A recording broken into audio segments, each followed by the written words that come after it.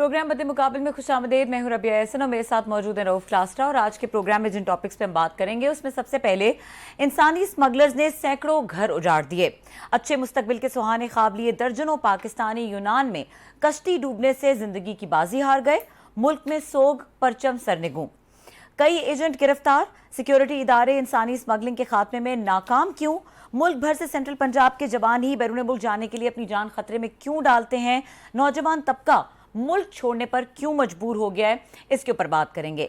इसके अलावा बात करेंगे इंतखाबात से कबल सियासी जोड़ तोड़ का आगाज, इलेक्टेबल्स को पार्टी में शामिल करने का मुकाबला, नून लीग पीपल्स पार्टी में तलखी बढ़ने लगी, अगला वजीर आजम बनने की लॉबिंग शुरू, कौन बनेगा अगला वजीर आजम, इसके ऊपर बात करेंगे। इसके अलावा बात करेंगे नाकिस गाड़ियों की फरोख्त, मेंबराने पीएससी जैली कमेटी ने कार कंपनीज की क्वालिटी पर अदम एतमाद का इजहार कर दिया। जापान या बरतानिया में सुजुकी और टोयोटा अपनी एक गाड़ी एक्सपोर्ट करके दिखाएं, सेनेटर सलीम मानीवाला ने चैलेंज दे दिया। नाकिस क्वालिटी, महंगी कीमतें, पाकिस्तानी सारिफीन ने गाड़ियों का बॉयकॉट कर दिया, प्रोडक्शन गिर गई। पीएससी जैली कमेटी इजलास में बड़े बड़े इंकशाफात हुए, इसके ऊपर बात करेंगे। और हमारे साथ मौजूद हैं नदीम अफजल चंद साहब, सीनियर रहनुमा पाकिस्तान पीपल्स पार्टी हैं, उनको वेलकम करेंगे और शो का स्टार्ट करेंगे। अस्सलाम वालेकुम चंद साहब। जी वालेकुम अस्सलाम। अच्छा चंद साहब, ये जिस वाक़े पे बात करेंगे बहुत अनफॉर्चुनेट वाक़या है, साल का ये तीसरा वाक़या है। जो इसमें नुक्ता है वो ये है कि मोस्टली इन लोगों में देखा जाता है कि वो लोग शामिल होते हैं जो सेंट्रल पंजाब से ताल्लुक़ रखते हैं। अब ये डेस्परेशन है, गुर्बत है, या फिर ये कोई एडवेंचर करने की ख्वाहिश है, ये क्या मामलात हैं? और अगर बात करें, देखा जाए इस वाक़े में भी तो आपके हल्के के बहुत सारे लोग इसमें शामिल होते हैं, क्यों रिस्क लेते हैं अपनी लाइफ पर? देखें जी, यहाँ लोअर मिडिल क्लास और लोअर क्लास जो है वो तो बिल्कुल अनपढ़ हो या मैट्रिक पास हो या एफए पास हो या ग्रेजुएट भी हो, उनको ना जॉब्स मिलती है, ना उनके पास वसाइल हैं कि वो कारोबार कर सके। उनके पास हमारे इलाकों में अब एक ही ऑप्शन बचती है कि वो दियारे गैर में चले जाएं और वहां जाकर अपनी मजदूरी करें और पीछे घर चलाएं। यकीन जानिए ऐसे ऐसे केस भी हैं कि लोगों की शादियां हुई हैं और शादी के 6 महीने बाद या साल बाद ये एजेंट कहता है कि आपका टाइम आ गया। पैसे उन्होंने दिए होते हैं साल 2 साल पहले, और एजेंट जब भी उसका टाइम मिलता है वो निकालता है बंदे, और इसी तरह उसने आगे राब्ता किया होता है। और बच्चे ऐसे ऐसे, लेकिन पहुंच भी बहुत ज्यादा लोग गए, लेकिन मरे भी बहुत ज्यादा है हमारे इलाकों के लोग। और इस पे हम क्या कह सकते हैं, हम सब जिम्मेदार है, रियासत जिम्मेदार है। जब आप लोगों को होप ही ना दें, उम्मीद ही ना दें, तो उनको अपॉर्चुनिटी ना दें, और अशराफिया और बड़े लोग, और पता नहीं बारात कौन ले रहा है, कभी चेयरमैन सेनेट की बारात सुनते हैं, कभी किसी और की रिटायर्ड ब्यूरोक्रेट्स की देखते हैं, 5-5 प्लाट, 2-2 प्लाट, और ये क्या इस मुल्क के साथ खिलवाड़ हो रहा है। हम जिम्मेदार वो लोग हैं जो इस मुल्क को चूस रहे हैं, और नौजवान किधर जाएं? यहाँ तो 30,000 रुपया महीना मिलता है, और वो तो घर का फर्ज नहीं चला सकता, मिनिमम वेज जो आपकी है, और वो भी नहीं मिलती, प्राइवेट जॉब्स भी नहीं है। तो मेरे ख्याल में अब हमारे यहाँ खुशहाली भी आई है, एक एक गांव से 1,000 बंदा बाहर है। यकीन जानिए हमारे पास ऐसे गांव हैं वहाँ 10th क्लास के स्टूडेंट ही गायब हो गए। अचानक पता चला वो डंकी के, हमारे इलाके में पंजाब में कहते हैं डंकी ला गए, डंकी लगा के वो यूरोप, कुछ ईरान के बॉर्डर पे फायरिंग से मारे जाते हैं, कुछ इराक में जेलों में पड़े हुए हैं, यूनान में चले गए हैं, वहां पे रास्ते में समुद्र में कई दफा कई कश्तियां डूब चुकी है, रिपोर्ट कम होती है। और कई मुल्कों में कैदी हैं, हमारे लिबिया में कैद हैं, यूरोप में हर जेलों में आप जाएं आपको पाकिस्तानियों से जेलें भरी हुई मिलेंगी, रोशन मुस्तकबिल के लिए, किसी को बहन की शादी के लिए, किसी को माँ की दवाई के लिए, किसी को अपने खानदान को बचाने के लिए। 1-1 एकड़ किसी की जमीन है तो वो जमीन बेचता है, एजेंट को देता है। कई एजेंट्स के नाम पे जमीन ट्रांसफर करवाते हैं, कहते हैं मेरे पास पैसे नहीं है, ये जमीन लो और मुझे बाहर बेचो। ऐसे कारोबार चल रहा है। तो ये अच्छा चंद साहब, ये बहुत डिस्टर्बिंग डिटेल्स हैं जो आप बता रहे हैं, और डेफिनेटली ये बिल्कुल वही इश्यूज हैं जिसके ऊपर हम बात कर रहे हैं, या जो हमारे सामने जिसका एक रीसेंट वाकया है। लेकिन सवाल ये है कि कुछ महीने बाद फिर इस तरह का वाकया हो जाता है, हम बात करते हैं, हाइप होती है, फिर उसके बाद सब भूल जाते हैं, दोबारा इस तरह का अनफॉर्चुनेट इंसिडेंट होता है। तो अवामी नुमाइंदों से ये सवाल किया जाता है, क्यों इदारे इस चीज़ को नहीं रोक पा रहे, या क्यों सीरियस नहीं है? इंसानी जान इतनी क्यों सस्ती है, पाकिस्तानी की जान क्यों सस्ती है? देखिए जी, इदारे जो सबकी स्पीड मनी लगी है, जितने इदारे रोकने वाले हैं उनको एजेंट्स हर बंदे का 5 बंदे निकालने हैं तो उनको इतने पैसे देने हैं, स्पीड मनी मुकर्रर है। इस मुल्क में रिश्वत लीगलाइज हो चुकी है। कंस्ट्रक्शन के काम हो, एयरपोर्ट्स का काम हो, पोर्ट्स हो, शिपिंग का रेट हो, हर चीज पे लीगलाइज है कि इतने % है। ये झूठ अपने आप को बोलने वाली बात है कि कोई शोबा आपका रिश्वत से पाक है। तो मैं चैलेंज करता हूँ कि मुझे एक शोबा भी दिखा दे। बस अलमिया है। अब हम तो लाशें भी लेते हैं, लेकिन खुशहाली भी हमारे इलाकों में इन लोगों की वजह से आई है, ओवरसीज पाकिस्तानी को। लेकिन मजबूरी की हालत में लोग जा रहे हैं। कोई शौक से कौन जाता है? 8-8, 10-10 साल से बाहर लोग बैठे हुए, उनके पेपर नहीं बन रहे, वो वापस नहीं आ सकते। लेकिन वो वापस में उनके बच्चे भी हैं, उनकी जवान बीवियां हैं, उनकी बहनें हैं बेचारों की, उनकी फैमिली है, कईयों के माँ बाप बूढ़े हैं। लेकिन वो समझते हैं कि ठीक है, घर का नान नफका चल रहा है, हम बेशक जाए ना जाए, उनकी और लाइफ क्या होती है। लोग कुर्बानियां दे रहे हैं इस मुल्क के लिए, अपने खानदानों के लिए। अच्छा चंद साहब, आपकी एक तो बड़ी मेहरबानी। मुझे पता है इस वक्त आप किसी अहम डिनर पे थे और मेरे इस पे इंसिस्टेंस पे, रिक्वेस्ट पे आपने टाइम निकाला है सर। अभी आपने बात की है कि बहुत सारी खुशहाली भी है गांव में, बिल्कुल ठीक है, हमारे इलाकों में भी इसी तरह की चीज़ें हुई हैं।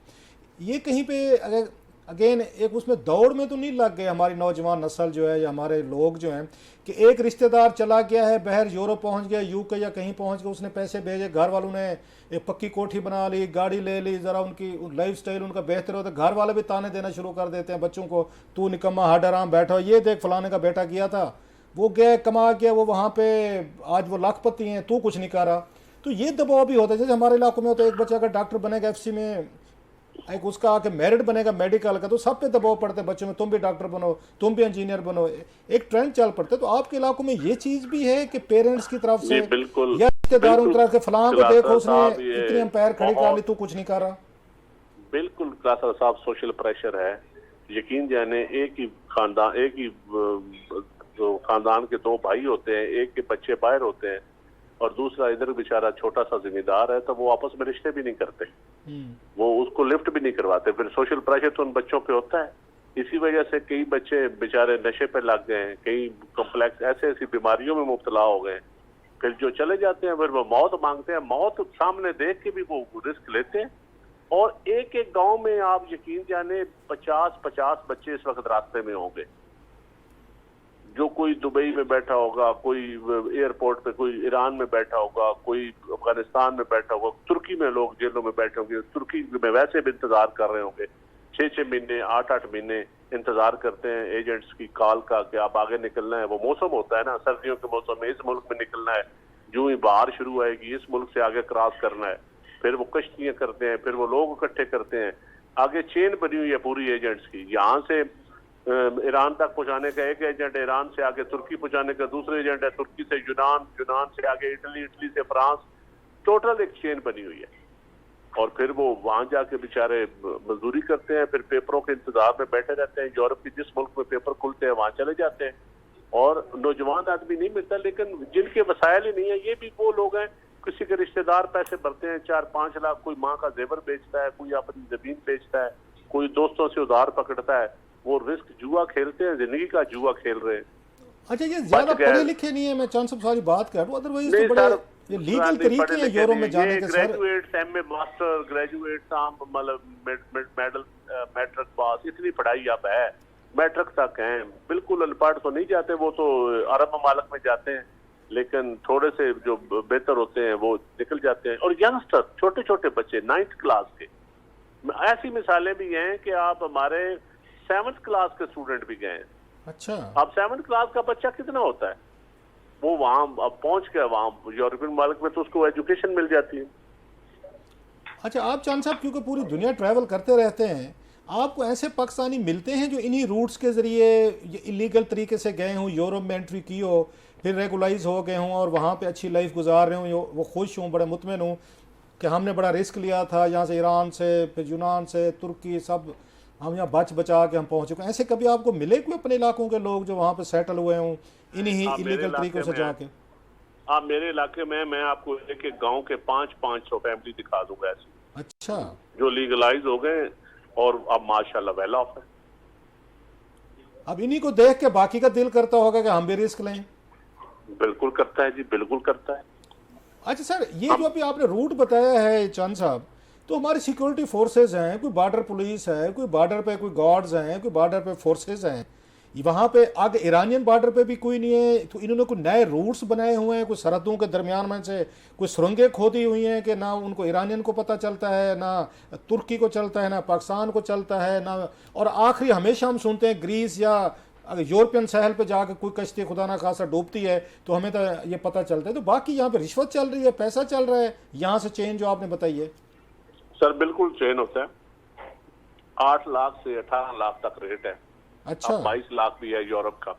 जो एंड फ्रांस तक पहुंचता है वो तकरीबन 24-25 लाख, क्योंकि अब यूरो की जरा कीमत बढ़ चुकी है इसलिए रेट ज्यादा हो गया। पहले 8 लाख में भी लोग गए। जेन्युइन वीजों पे भी जाते हैं, वर्क परमिट पे भी जाते हैं, वर्क परमिट पे भी लोग जा रहे हैं। नहीं वर्क परमिट इसी रूट के जरिए जाते हैं चांद साहब? नहीं, वो तो लीगल जाते होंगे ना, वो जहाज के बाइयर जरिए। जाते हैं लीगल तरीके से। वर्क परमिट वाले सारे बाइयर जाते हैं। और लेकिन अब आप देखें ना, उन हमारे पाकिस्तान के एम्बेसीज में, इटली की, पुर्तगाल की, यहाँ की एम्बेसीज में हमारे लोगों के केसेस आए हुए होते हैं। फैमिली केसेस होते हैं जिनकी शादियां होती हैं, उनका वीजा आ जाता है। कई फैमिलीज के वैसे फैमिली के स्पॉन्सर वीजे होते हैं। यहाँ की एम्बेसियों में जो पाकिस्तान के जो इटली, फ्रांस, पुर्तगाल, यहाँ जो एम्बेसी में बैठे हुए हैं वो टाइम ही नहीं देते 2-2 साल। और वहां भी एजेंट बैठे हुए हैं इस्लामाबाद की एम्बेसियों में जो 5 लाख 4 लाख रेट देते हैं और बेचारे को एक्सप्लॉइट करते हैं। क्योंकि हम तो, हमारी गवर्नमेंट तो कर कुछ नहीं सकती, एम्बेसी दूसरी है। लेकिन यहाँ भी पाकिस्तानी बैठे हुए हैं जिन्होंने सिखा दिया किससे भी पैसे कमाओ। और ये भी अलमिया है, वो शॉर्टकट लेते हैं। यहाँ एम्बेसी से टाइम नहीं मिलता, वो कहते हैं पेपर मेरे ओवर हो जाएंगे, वो डंकी लगाते हैं बेचारे, क्योंकि वहां उनके पास वीजा 1 साल का होता है। यहाँ एम्बेसी वाले वीजा निकालते नहीं है। ये भी एक लोग हैं बेचारे जो इलीगल, जिनका वीजा जेन्युइन भी आया होता है, जिनका वर्क परमिट भी आया होता है, जिनका स्पॉन्सर भी आया होता है, लेकिन उनको टाइम नहीं एम्बेसी वाले देते और यहाँ एम्बेसी एक्सप्लॉइट करती है, वो पैसे लेते हैं। अरे चंद साहब, एक और शिकायत, ये तो हमारी साइड ऑफ द स्टोरी है जो कि ठीक है, इतनी बड़ी ट्रेजेडी है। किसी और मुल्क में यह कुछ हुआ होता कि तीसरा वाक़या है इस मुल्क में और इतनी बड़ी तादाद में पाकिस्तानी बेचारे families they have been ruined, और एक दुख है, एक तमाम लोगों को है। यहाँ पे तो कोई लगता है कि इतना बड़ा असर ही नहीं हो रहा चीज़ों का। ये FIA 2-4 दिन छापे मारेंगे, पकड़ा के फिर वो वकीलों शकीलों के साथ, रीडर शीडर के साथ मिल के ये हफ्ते 2 हफ्ते बाद जमानत करा के आ जाएंगे वापस। जो पैसे इन्होंने गरीबों से पकड़े हैं, इन्होंने एजेंटों ने, ये इधर पुलिस को या अदालतों को आगे पीछे करके निकल आएंगे।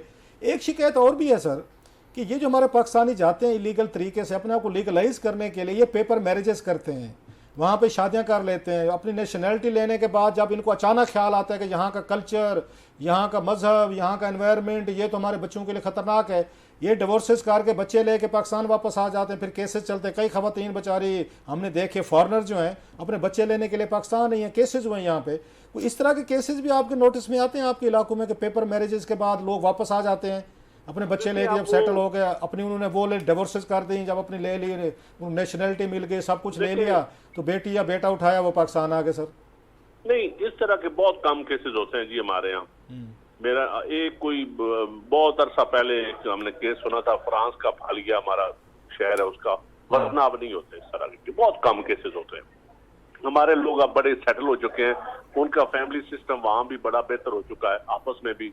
और अगर जिन्होंने गोरियों के साथ शादियां की हुई वो भी बड़े अच्छे वेल सेटल्ड लोग हैं। अब इस किस्म की शिकायत बहुत कम होती है, क्योंकि अब लोग जरा पढ़ लिख भी गए हैं, एजुकेशन भी बेहतर आ गई है, अब ऐसी शिकायत कम आती हैं। दूसरी जो आपने बात की ना जी कि रिश्वत को लोग, सारे एजेंसियां जो मोस्टली कोर्ट्स पे या फेरी के जरिए या जो जाती हैं, ये लोग बेचारे जा रहे होते हैं, पता उनको भी होता है ये जा रहे होते हैं। अब एक अलमिया देखें ना जी, अगर ये हादसात ना हो तो हम भी कहें ठीक है लोग जा रहे हैं, हम किधर इस लोगों को बेचारों को, क्या ऐसे नौजवान तबका जा रहा है, कौन रोके? नहीं भी रोक सकते, लेकिन अब हमारे पास कोई हल भी नहीं है इसका। अगर आप रोकेंगे इस, आप रोजगार किनको देंगे? आप सारी चीजें इन लोगों को संभालेंगे आप कैसे? एक नौजवान आदमी है, वो डकैतियां, अब देखिए पिछले 4 महीनों में 4 डकैतियां तो मेरे साथ हो चुकी हैं, आपके मेरे साथ कारोबार पे हो चुकी हैं। अब हर जगह डकैतियां, लॉ एंड ऑर्डर क्यों है? बेरोजगारी है। अच्छा, डकैती से याद है चांद साहब, आप नजफ में जियारतों पे गए हुए थे, मुकद्दस मकामात हैं, मुकद्दस हस्तियाँ हमारी हस्तियाँ हैं, तो पीछे अब आपसे अब आप हैं तो आपसे पूछ भी लेते हैं, अगरचे वाक़या थोड़ा वो हो गया, बड़ा इंतहा शॉकिंग वाक़या था, हमने भी प्रोग्राम किया और भी बड़े लोगों ने उस पर एजिटेट किया। आपके वाले साहब जो हैं 70 साल से ऊपर की उम्र है, वेरी जेंटलमैन, मैं खुद उनसे हाई साहब से मिला हूँ, what a decent person he is, उनको पीछे से गिरफ्तार कर लिया गया था सर। वो क्या वजह बनी थी? मेरा ख्याल लोग इस वक्त शायद जानना चाहेंगे कि ये क्यों हुआ था इस तरह का वाक़या सर। वजह क्या थी जी? मेरा भाई क्योंकि पीटीआई में था, आपने लिख भी दिया है, मैं आपका शुक्रिया अदा करता हूँ, आपको पता था। तो वो पीटीआई का टिकट पहले एमपी का था, उसने डिफेक्शन नहीं की, आगे खान साहब ने मेरी वजह से उसको टिकट नहीं दिया, उसने आजाद इलेक्शन अपना लड़ना पीटीआई के खिलाफ, वो जनरल सेक्रेटरी भी था, उससे भी उन्होंने हटा दिया, कोई उसका पीटीआई से लेना देना नहीं था।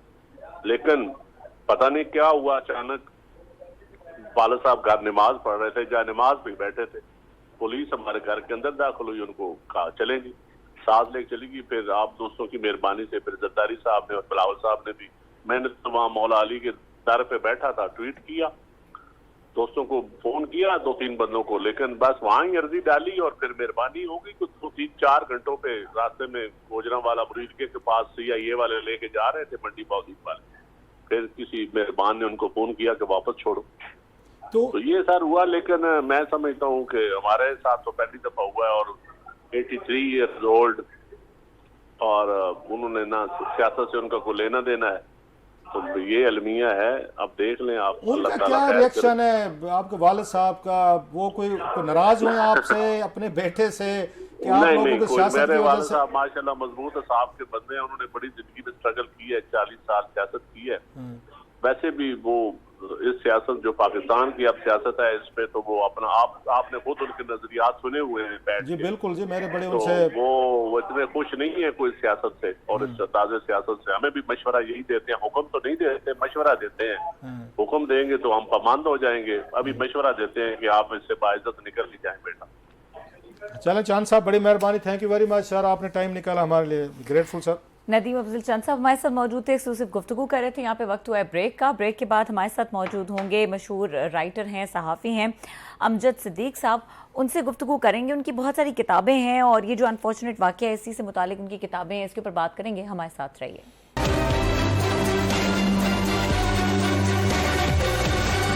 Welcome back. और हम बात करेंगे, जिस तरह से मैंने ब्रेक से पहले बताया, अमजद सिद्दीक साहब राइटर हमारे साथ मौजूद हैं, उनको वेलकम करेंगे शो पे। अमजद सिद्दीक साहब का मैं तारुफ करवाती हूँ, इससे पहले मैं ज़रूर क्रेडिट देना चाहूँगी, अजीज़ भट्ट साहब हैं, रिपोर्टर हैं GTV फैसलाबाद के। उन्होंने आज बहुत मेहनत की इस अनफॉर्चुनेट वाक़े पे, और जो मुतासरा फैमिलीज़ थी उनके साथ बातचीत की, काफ़ी इन्फॉर्मेशन उन्होंने कलेक्ट की। कमिंग टू अमजद सिद्दीक साहब जी, उनको वेलकम करेंगे। अस्सलाम वालेकुम अमजद साहब। वालेकुम अस्सलाम। अच्छा अमजद सिद्दीक साहब, आपका मैं थोड़ा सा इंट्रोडक्शन देना चाहूँगी कि आप खुद यूरोप में रहे हैं और ट्रैवल किया है आपने, और यूरोप में जो इस तरह के मामलात हैं, वाक़यात हैं, उनको बहुत करीब से देखा है, और इसी पे आपने कलमबंद भी किया है अपनी एक्सपीरियंसेस को, अपनी तसनीफ में सफ़र कहानी। तो एक तो आपको वेलकम करेंगे शो पे, और ओवर टू यू क्लासेस साहब, आप जी स्टार्ट कीजिए। जी बिल्कुल। अमजद सिद्दीक साहब जैसे आपने कहा, राइटर भी हैं, जर्नलिस्ट भी हैं, और बड़ा इन्होंने बुक लिखी है ये सफ़र कहानी के नाम से। कोई भी ओवरसीज़ पाकिस्तानी अगर ट्रैवल करना चाह रहा है यहाँ से पाकिस्तान से, तो मेरा ख्याल है वो मस्ट रीड बुक है। बड़ा खूबसूरत लिखते हैं, बड़ा इनके कलम में वो है, और ख़ुद इन्होंने बैरून मुल्क जाके नौकरियाँ की हुई हैं। ये तमाम इशूज़ जो जहाँ पे आज हुआ है, जो कुछ ग्रीस में हुआ इससे पहले, अमजद सिद्दीक साहब के इनके बारे में बहुत सारा first and I witness account भी है इनके पास। तो इन्हीं से पूछते हैं कि सारा कुछ जो ट्रेजिडी हुई है, कैसे लोग यहाँ से जाते हैं, एजेंट कैसे तैयार करते हैं, कौन कौन से रूट्स लेते हैं। इनके पास बहुत सारी वैल्यूबल इंफॉर्मेशन है जो इन्होंने लिखी भी है, किताबी शक्ल में लिखी भी है। हाँ जी अमजद साहब, अस्सलाम वालेकुम। जी वालेकुम अस्सलाम खलासा साहब, बहुत शुक्रिया आपका, आपने ज्वाइन किया। ये ट्रेजिडी आपने देखी है, सुनी है, सब कुछ चीज़ें हैं, आपने किताब भी लिखी है, बड़ी वेरी इंप्रेसिव बुक, सफ़र कहानी, और मेरा ख्याल है हर एक को पढ़नी चाहिए कि क्या क्या बैरून मुल्क होते हैं और किस किस तरह से होती हैं। आपने अपने अपने तासुरात जो हैं बड़े खूबसूरत से या बड़ी खूबसूरती से उनको वो कलम बंद किए। ये क्या हुआ है सर, व्हाट हैज़ हैपेंड, क्या होता है यहाँ से, किस तरह लोग जाते हैं? खलासा साहब, सबसे पहले तो मैं जो शोहदा बच्चे हैं उनके वालिदैन के साथ इस अलमनाक हादसे पे अफसोस का इजहार करूंगा। दूसरा ये है कि ये जो इस तरीके को, जिस तरीके से ये बच्चे गए हैं, इसको हम डंकी बोलते हैं, और ये डंकी कई किस्म की होती है। इसमें 2 तरीके इस्तेमाल किए जाते हैं पाकिस्तान से, एक पुराना तरीका है, एक नया तरीका है। जो पुराना तरीका था उसके मुताबिक यहाँ से बच्चों को कोयटा लेके जाया जाता था, कोयटा से ईरान, और ईरान से फिर आगे टर्की, और टर्की से जो प्लास्टिक की कश्तियां वगैरह है उससे उनको ग्रीक की तरफ चलाया जाता था। जो अभी नया तरीका पाकिस्तान में रिसेंटली मैं देख रहा हूँ वो ये है कि यहाँ से मुख्तलिफ ममालिक जैसे लीबिया है, दुबई है, वहां लेके जाया जाता है और वहां से फिर इनको डंकी लगाई जाती है समुद्र के जरूर। आप हमारे साथ हैं सिद्दीक साहब? जी जी जी, अच्छा, मेरी आवाज आ रही है? जी जी आ रही है। तो आप बता रहे, तफसील बता रहे थे। इनको तैयार कैसे किया जाता है? ये जो एजेंट्स वगैरह इनको तैयार करते हैं, ये कैंडिडेट जो जाते हैं, ये उन पे एजेंट्स पे दबाव डालते हैं कि हमारे लिए कोई इस तरह का कोई रूट निकालें, हमारे लिए कोई रास्ता निकालें, हमें लेके जाए, या ये जो हैं अगेन एजेंट्स जो हैं वो लड़कों को तैयार करते हैं कि आप चलें हमारे साथ, यूरोप की शानदार लाइफ का वो दिखाते हैं कि कोई मसला ही नहीं है, बस 10-20 दिनों में आप यूरोप में होंगे? देखिए खलासा साहब, ये अभी मैं टीवी प्रोग्राम कल से देख रहा हूँ जिससे एक बहुत ना गलत चीज चल रही है कि ये गुर्बत की वजह से जाते हैं, ये है वो, ये ऐसी कोई बात नहीं है। ये एजेंट जो एजेंट हैं, देखिए उनका कारोबार है, उन्होंने तो दुकान खोली हुई है, लेकिन ये बच्चे खुद उनके पास जाते हैं। और आपको मैं एक हकीकत ये बताऊं कि ना सिर्फ ये बच्चे जाते हैं बल्कि इनके पेरेंट्स जाते हैं, जो अक्सर औकात इन एजेंट्स की जाके मिन्नतें भी करते हैं कि आप ये पैसे हमसे लें और हमारे बच्चे को लेके जाएं। अब होता क्या है, अगर आप गौर से देखें, पूरे पाकिस्तान की तरफ तवज्जो से देखें तो सिंध में भी गुर्बत है, बलूचिस्तान में भी है, पंजाब में भी है, हर जगह है, लेकिन ये सिर्फ 4-5 अजला के बच्चे ही क्यों जा रहे हैं सारा साल से? उसकी वजह यह है कि इनके पहले रिश्तेदार अजीज वहां होते हैं, गांव के 2-4 लोग बच्चे गए होते हैं। अब ये जब उनकी जिंदगी देखते हैं तो उससे मुतासर होकर पेरेंट्स भी ये चाहते हैं कि ये बच्चे कुछ ना कुछ बन जाएं, जाके पैसे कमाएं और हमें भेजें। इसलिए ये पेरेंट्स जो हैं वो खुद उनके पास जाते हैं, बकायदा जनाब, जिसको हम पंजाबी में जिरगे भी कहते हैं, जिरगे लेके जाते हैं और उनको पैसे देते हैं। उनका तो कारोबार है, उन्होंने तो लेके जाना है, इसलिए वो इनको बच्चों को लेके जाते हैं। इसलिए आप देखें, सोचने वाली समझने वाली बात यह है कि तमाम पेरेंट्स को ये पता है कि मेरा बच्चा कैसे जा रहा है। अब ठीक है कि यहाँ पाकिस्तान से तो बहुत सारे बच्चे जो कुछ थोड़े से पैसे अच्छे देते हैं उनको वो बाई एयर लेके जाते हैं। जब बाई एयर लेके जाते हैं तो वो लीगल तरीके से जा रहे हैं। अब एयरपोर्ट पे उनको कोई नहीं रोक सकता क्योंकि उनका वीजा सही लगा हुआ है। अब वहां से जाके ये जो है इलीगल तरीका इस्तेमाल करते हैं तो उसमें गवर्नमेंट ऑफ पाकिस्तान भी क्या कर सकती है? कोई भी कुछ नहीं कर सकता। अच्छा, ये बताएं अमजद के ये जो रूट यूज करते हैं, अभी थोड़ी देर पहले चंद साहब हमारे साथ, मैंने उनसे पूछा क्योंकि आपको इसकी डिटेल्स हैं, थोड़ी किताब लिखी है आपने बड़ी शानदार, तो यहाँ से ये कितने लोगों को ब्राइब करके निकलते हैं? बॉर्डर पे सिक्योरिटी है, फोर्सेज हैं, आगे मुमालिक हैं, उनके भी फौजें हैं, उनके भी फोर्सेज हैं, ये सबको डाज करके कैसे इतनी दूर निकल जाते हैं सर? ये जी, ये बहुत अच्छा आपने सवाल किया। तो इसमें क्लस्टर साहब ऐसे है कि ये कोई एक बंदे का या एक कंट्री का काम नहीं है, इसमें हर मुल्क के बंदे इन्वॉल्व होते हैं। ये आपका बहुत अच्छा सवाल है कि अब देखिए डजन के हवाले से लोग जाते हैं, कोई एक दो नहीं होता, दर्जनों के हिसाब से बच्चे होते हैं, लोग होते हैं। तो उनको कैसे स्कूटी बॉर्डर क्रॉस कर दिया जाता है, कैसे कोस्ट गार्ड से बचा लिया जाता है, फिर चले ये समुद्र में जब चले जाते हैं, शिप में या उसमें किश्ती में बैठ जाते हैं, उसके बाद जब उस कंट्री में जाते हैं वहां से कोस्ट गार्ड कहाँ गई, समुद्र में जो कोस्ट गार्ड है वो कहाँ गई, ये सब लोग मिले होते हैं। ये कोई एक कंट्री का या एक एजेंट का काम नहीं है, ये एक पूरी चेन है जो आप समझ लें कि वर्ल्ड वाइड इसको चला रही है। और उसमें तमाम ममालिक के लोग शामिल होते हैं जो इन बच्चों को लेके जाते हैं और एंड तक, और ऐसे मुश्किल तरीके से। आप देखें कुछ लोग तो जाते हैं, जब तक टर्की चले जाते हैं तो वहां से पहाड़ों के जरिए लेके जाते हैं। उनमें से मेरा अपना जाती ख्याल है कि आधे से ज्यादा रास्ते में मर जाते हैं, जो कोई इतना खौफनाक रास्ता है, ना कोई पानी है, ना बर्फ पर जब पड़ती है बर्फों में मतलब धनस के मर जाते हैं बहुत सारे लोग। इसी तरह जो लोग कश्तियों में बैठ जाते हैं या शिप में इनको बिठा दिया जाता है। अब देखिए इनका कोई रिकॉर्ड नहीं होता, क्योंकि अगर आप कोई लीगल तरीके से बच्चा जा रहा है तो उसका रिकॉर्ड है, कोई पासपोर्ट है, कोई टिकट है। अब इनका कोई रिकॉर्ड नहीं है। अब उस कश्ती में जिसमें गुंजाइश है 400 बंदे की, मिसाल के तौर पर उसमें वो 800 बंदा बिठा देते हैं, क्योंकि उनकी कोई जिम्मेदारी तो है नहीं, ना कुछ खाने को है, ना पीने को है, ना लाइफ जैकेट है। अब आगे हमसे आपके मुकद्दर हैं कि आप बच के किसी तरह बॉर्डर तक पहुंच जाएं तो आपके नसीब हैं। अब हम क्या देखते हैं कि पिछले चंद अरसे से आपने देखा होगा कि 74 से ये वाकयात हो रहे हैं, रिपोर्ट हो रहे हैं, लेकिन जो लोग वहां पहुंच जाते हैं वो इनमें से बहुत कम होते हैं। हम उन कम लोगों को देख के हम भी चल पड़ते हैं और हम कहते हैं कि बस, और वो जहां जो लोग हमारे वहां बैठे होते हैं वो भी हमें यही कहते हैं, अजीज रिश्तेदार, बस आप एक दफा पहुंच जाओ, बस बाकी मैं संभाल लूंगा। बस वो एक दफा के चक्कर में बहुत सारे बच्चे मर जाते हैं, जो बेचारे समुद्र में ही रह जाते हैं, मछलियों की खुराक बन जाते हैं। अच्छा अमजद, आपने अभी हमने वीडियोस देखी हैं कुछ बच्चों की जो आखिरी उन्होंने पोस्ट की हैं, जो पाकिस्तानी बच्चे थे, उसमें जो टेरिबल हमने सिचुएशन देखे, किन हालात में वो सोए हुए हैं, जागे हुए हैं, कोई उधर लेटा हुआ है बेचारा, कोई उधर हालत, इनकी क्या हालत होती है जब ये जाते हैं? इनके खाने पीने का जैसे अभी आप बता भी रहे थे, तो कैसे सिस्टम किया जाता है? इनकी कंडीशन क्या होती है इतने दिनों के ट्रैवल के बाद?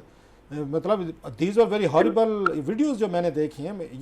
ये बच्चे, ये तो घरों के मतलब हमारे इलाके के देहातों के जहाँ के भी हों, ये तो बड़े कंफर्ट के आती होते हैं, माँ बाप के बड़े लाडले, मतलब है कोई इतनी ज़्यादा मेहनत करने का भी हमारे देहातों में कोई रिवाज नहीं होता, मुझे पता है। ये जो थोड़े से पढ़े लिखे बच्चे होते हैं, तो हाउ डू दे ट्रैवल? इनके क्या अरेंजमेंट्स होते हैं रास्ते में सर?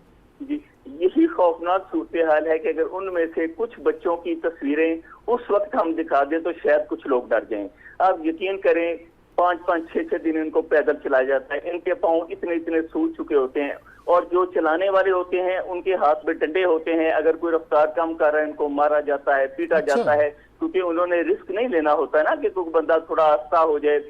जहां तक खाने का तल्लक है, तो मैं आपको अपना एक्सपीरियंस बताता हूं कि मैं जिस शिप में गया था उसमें हम 150 के करीब लोग थे, और हम तकरीबन 5 दिन समुद्र के अंदर रहे थे।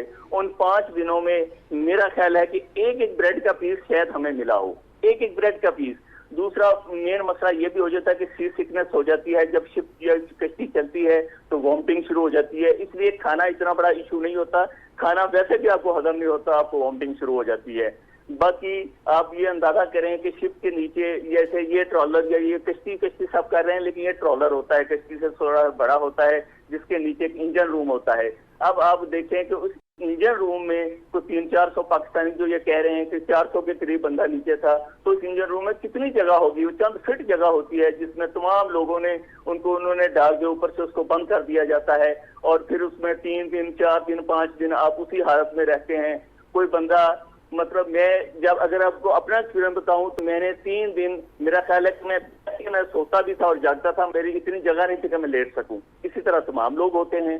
और सबसे जो खौफनाक चीज जो अब नजर आ रही है, पहले नहीं थी, कि खवातीन भी शामिल हैं। जो मीडिया में रिपोर्ट हो रहा है कि इस बदकिस्मत कश्ती में हमारी 2 खवातीन भी थी और उनके साथ छोटे बच्चे थे। ये सब खौफनाक है, लेकिन इनको एजेंट नहीं लेके गया, ये लोग खुद जाते हैं, बाई चॉइस जाते हैं और पैसे दे के जाते हैं। जब आप पहुंचते हैं बॉर्डर पे, जब ग्रीस पहुंचते हैं, यूरोप के बॉर्डर पे पहुंचते हैं, तो वो कैसे एंट्री दे देते हैं कि ह्यूमैनिटेरियन बेसिस पे? मतलब जब ये लोग पहुंच भी जाते हैं कुछ बचा के, तो जी ये वही रवै, जिस तरह मैंने आपको पहले बताया है कि तमाम ममालिक जो इसमें शामिल होते हैं, उनका अमला साथ शामिल होता है। ये मुमकिन ही नहीं है। अब आप देखें, 400, 300, 200 बंदा किसी भी बॉर्डर पे इंटर हो रहा है, तो आप कह सकते हैं कि उसको किसी ने नहीं देखा होगा, उनको किसी ने जज नहीं किया होगा, किसी को समझ नहीं आया कि ये बंदे कौन है। आपने इस रूट पे ट्रैवल किया हुआ है अमजद भाई? मैंने साउथ कोरिया से जापान की डंकी लगाई थी। आपने क्या लगाई थी? सॉरी, डंकी। मैंने साउथ कोरिया से जापान की डंकी लगाई थी, जिस पर साथ लिखी है। अब होता यह है कि डंकी, क्योंकि हर ममालिक के मुख्तलिफ इसके है ना कि कहाँ पे कैसे लगनी है, लेकिन तरीका एक ही है हर जगह। तो आपने कितने पैसे दिए थे वहां से? ये से देखें जी, जब मैं गया था, ये आज से 25 साल पहले की बात है राव भाई। 25 साल पहले मैंने अमेरिकन डॉलर जो था डॉलर में दिए थे $6000। उस वक्त तकरीबन 32-33 रुपए का एक डॉलर था। तो इसी तरह अभी जो अब बच्चे जा रहे हैं 22 से 23 लाख रुपया दे रहे हैं, तो ये कोई गरीब बच्चे नहीं है, मतवसत तबके के लोग होते हैं। गरीब बंदा तो दे ही नहीं सकता पैसे। ये वो बच्चे होते हैं जो घर की कोई चीज बेची, किसी ने जमीन बेची। तो आप जापान में वहाँ सक्सेसफुली पहुंच गए थे, वहां से कोरिया से उधर से? जी, मैं अल्हम्दुलिल्लाह, मैं वो खुशकिस्मत था कि मैं जापान में न सिर्फ पहुंच गया था, बल्कि उसके बाद मैंने 2-2.5 साल जापान में गुजारे भी। उसके बाद फिर मैं वहां पकड़ा गया। लेकिन उस शिप में मेरे साथ जो 150 बंदा था, उसमें से तकरीबन हम 6 या 7 लोग बचे थे, बाकी सब पकड़े गए थे। जापान बॉर्डर पे पकड़े गए थे। जब हम जापान के शहर ओसाका में एंटर हुए थे, तो वहां वो पकड़े गए थे सारे। होता क्या है, अब मैं थोड़ा सा, आपके पास टाइम है, मैं अगर बताता जाऊं? प्लीज बताएं। थोड़ा सा होता यह है कि जैसे ही आप शिप या कंटेनर से किसी मुल्क में पहुंच जाते हैं, उसके बाद क्योंकि वो बकायदा पोर्ट नहीं होती जहां आपको पहुंचाया जाता है, अब आपको वहां से बाहर जाना है, उस शहर में लेके जाना है। वो बंदे आपके साथ मिले होते हैं उस मुल्क के भी, लेकिन फिर भी आपको एहतियात करनी होती है। वो फिर करते क्या है कि वहाँ जो तो बड़ा ट्रेलर होता है उसके अंदर ऑलरेडी कंटेनर होते हैं, उस कंटेनर के अंदर आपको बंद कर दिया जाता है और वो कंटेनर क्रेन से उठा के ट्रॉलर के ऊपर रख दिया जाता है। मतलब मैं जिस शिप में गया था, हमारे शिप पे ट्रॉलर कोई नहीं था, कंटेनर कोई नहीं था, लेकिन हमें वहां से उतारा गया। रात के टाइम उतार के सामने ही शिप पे कंटेनर खड़े थे, हमें 3 कंटेनरों में 50-50 लड़के जो हैं वो बिठाए गए, बाहर से कंटेनर बंद कर दिया गया। उस कंटेनर में हम तकरीबन 6 घंटे तक बंद रहे। इतनी सफोकेशन थी, बहुत सारे लोग जो हमारे थे वो बेहोश होना शुरू हो चुके थे। इन 6 घंटों में एक जगह कंटेनर खड़ा किया गया जंगल में, जहां थोड़ी देर दरवाजा खोल के हमें एक पानी की बोतल दी गई और फिर कंटेनर चला दिया गया। पूरे 6 घंटे के बाद हम जापान के शहर में पहुंचे और वहां जाके वो कंटेनर उन्होंने खोल दिए दरवाजे। अब हुआ क्या कि जब उन्होंने, जापानी पुलिस ने देखा ये इतने सारे लोग कहाँ से आ गए जिनके हुलिये खराब, बुरे हाल, किसी ने देख के तो जापानी पुलिस को कॉल कर दी और वो पुलिस आई और सबको पकड़ के ले गई। मैं लकीली बच गया, मेरे साथ 5-6 और लोग थे। तो कहने का मकसद ये है कि जो कोर्ट से जिन लोगों ने हमें निकाला, ये सब लोग मिले होते हैं, ये सब मिली भगत से होता है। कोई हॉलीवुड की किसी ब्लॉकबस्टर फिल्म के मूवी के scenes very horrible and terrible, इस पे फिल्में भी बनी हुई हैं सर। ह्यूमन ट्रैफिकिंग का जो एक पूरा नक्शा होता है। बहुत कुछ गुफ्तगू हो सकती है आपसे, लेकिन आपसे फिर किसी वक्त इस इशू पे फिर बात करेंगे।